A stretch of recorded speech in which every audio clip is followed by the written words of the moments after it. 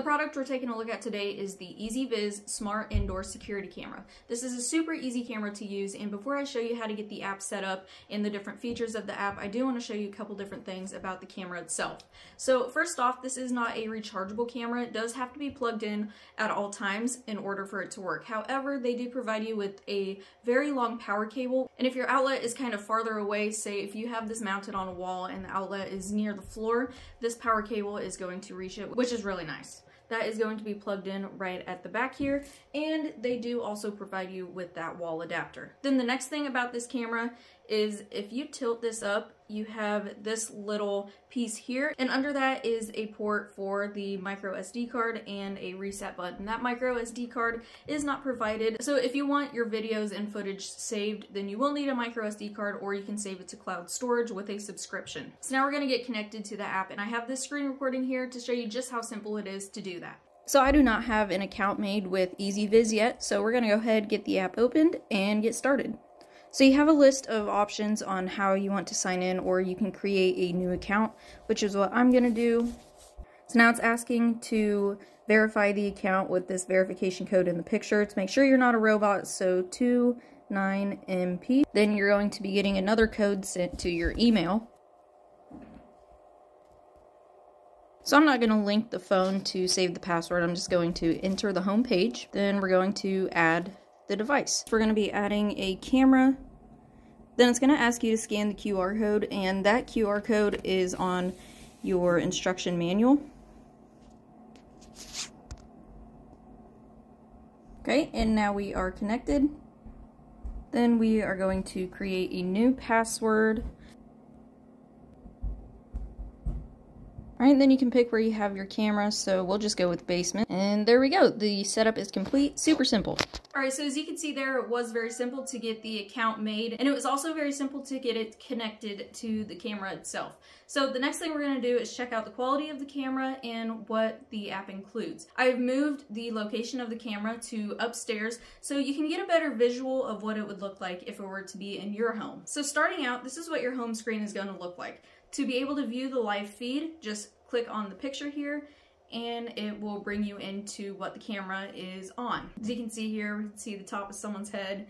There's a kid in the background, and occasionally someone may walk by, so you can see the quality of that. Down here, you have all of these different settings. So you have a snapshot, you can take a picture, you can record a video from the live feed. You have this PTZ, which is the pan, tilt, and zoom. So even though your camera is stationary, you can still adjust the angle, which is super nice.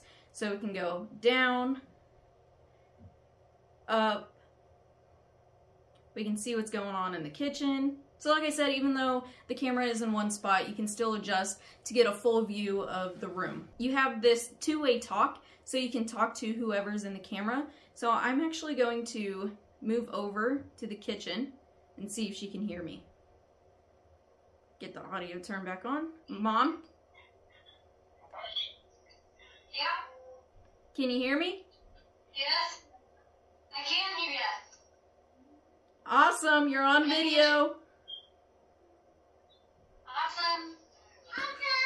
So as you can see there, the person on the other end can hear you very clearly. Then next, you have a definition button. So you have a Quad HD, Full HD, High Definition, and Standard. So Quad HD is of course going to be the best resolution that this camera offers, and it's also going to give you the best viewing experience. However, if you have a micro SD card in, or if you have subscribed to the cloud storage, it's going to use your storage up faster because it's trying to keep up with that higher resolution quality. In my opinion, I would probably keep it on the Quad HD just so I have a better viewing experience. Next, you have a privacy mode. This is a really nice feature that a lot of other cameras don't have. Whenever you click privacy mode, if we were upstairs watching the camera is rotating itself, so the lens is actually facing the back of itself, so it doesn't get anything but a black screen. Then if you want to re-enable that, you can click on it, and you'll see that footage come back around.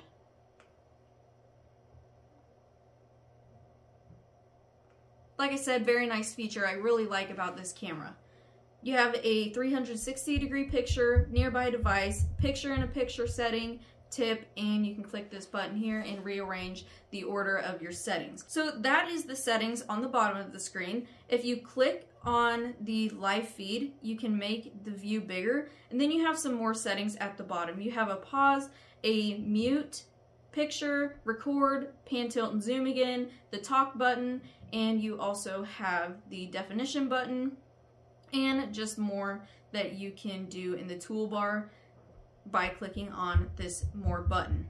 Then this button here in the top right hand corner, if you click on that, that's going to open up even more settings. So first one you see here is the intelligent detection. So you have basic motion detection, human shape detection, which is why it is zooming in. You have a pet detection, voice activity detection, which in my opinion is a very nice option on this, because what this is going to do is when the camera detects a change in sound, say a smoke alarm or a kid crying or something like that, it will send you that notification so you are aware of that something is happening at home, so you can hurry up and look at that and see what's going on. So I really do like that feature. You also have a waving hand recognition. And what that does is if the camera detects waving, then it will send a phone call to your phone so you can answer it and talk to them. Then you also have your notification settings, audio settings, image settings, light settings, and just a bunch of different settings that you can mess around with to kind of personalize your camera and how you want it set up. Then the last thing we're going to go over is how to view the footage that the camera recorded.